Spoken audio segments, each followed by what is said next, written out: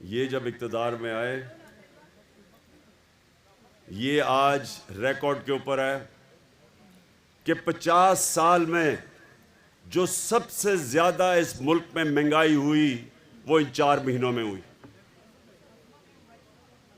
एक चीज़ कहते हैं सेंसिटिव प्राइस इंडेक्स, मतलब ये जो आम आदमी के लिए जो कीमतें जो आम आदमी को सबसे तकलीफ देती है, मसलन आटा है, बिजली है, ये जो चीज़ें जो सबसे ज़्यादा आम आदमी की ज़िंदगी में मुश्किलात पैदा करती है, कहते हैं सेंसिटिव प्राइस इंडेक्स, SPI। ये हमारे ज़माने में थी 16%,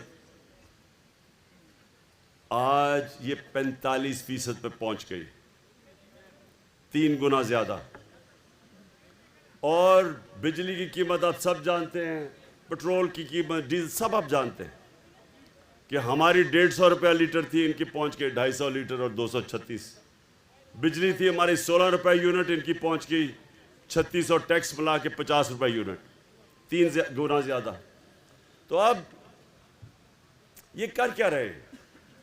ये ना महंगाई कम करने आए थे, ये ना माइशत ठीक करने आए थे, ये सारे चोर एक काम करने आए थे, अपनी चोरी छुपाने, ख़त्म करने के लिए, केसेस ख़त्म करने के लिए। और वो आपके सामने हो रहा है, केसेस ख़त्म हो रहे हैं पाकिस्तान में।